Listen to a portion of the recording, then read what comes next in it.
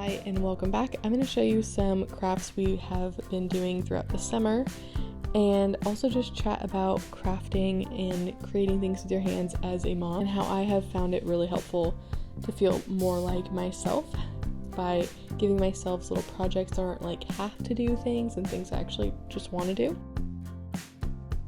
But yeah.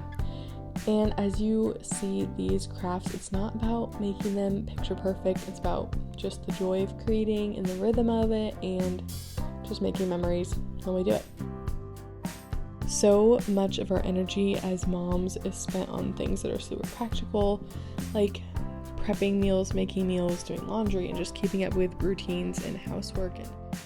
But there's something really special about setting time aside to just create something. And I've noticed that my kids really like watching me make something that's not like something we have to do. It's just because I want to do it, because I think it's fun.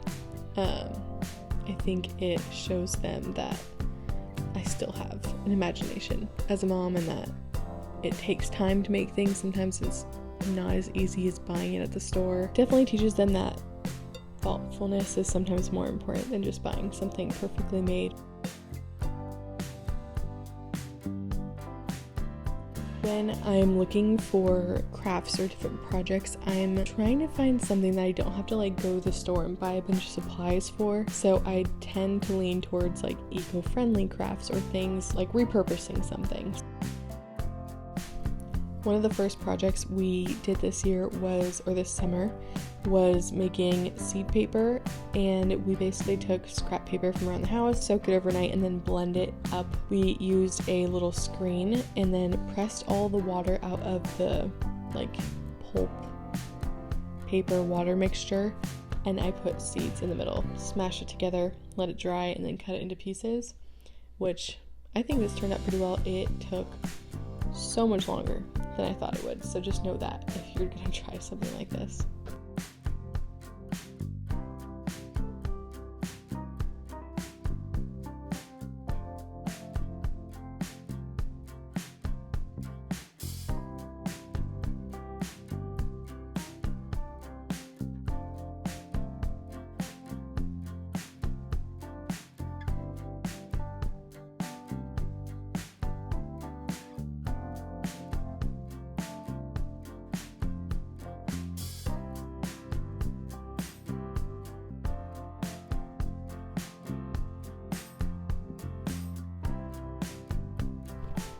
Another project craft that we did this summer was getting some seashells that we found at the beach. I think my mom ended up giving my girls a little box each of shells that she had, and we made little bug water fountains.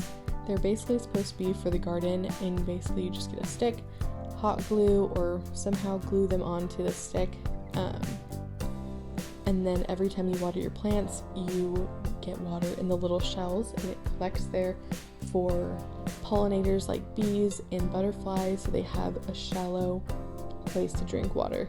If you notice that you have like bees flying around low to the ground or kind of going around your kids' like blow up pool or water toys, that's why they're looking for a drink of water. So having these little pollinator water fountains will help encourage pollination in your garden.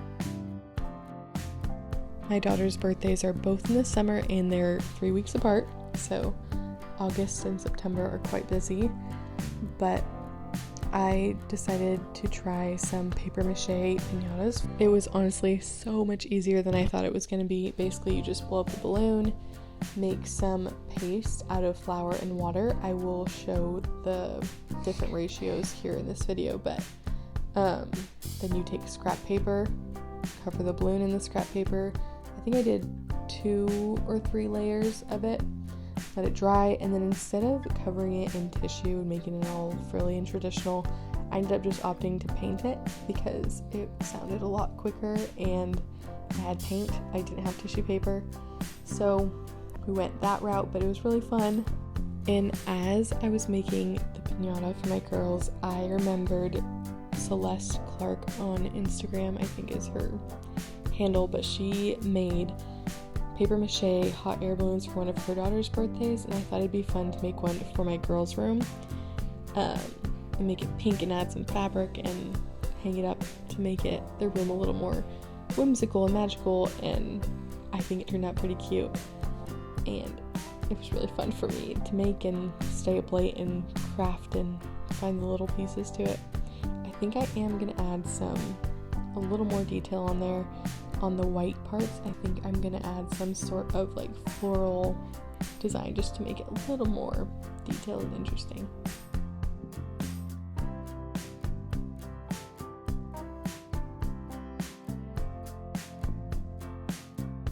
And then there's sewing, something I always come back to now that I have learned, and I would say I'm a confident beginner.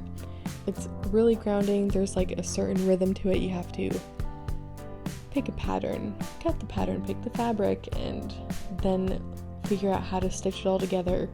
But it always brings me quite a lot of joy when I finish up a sewing project.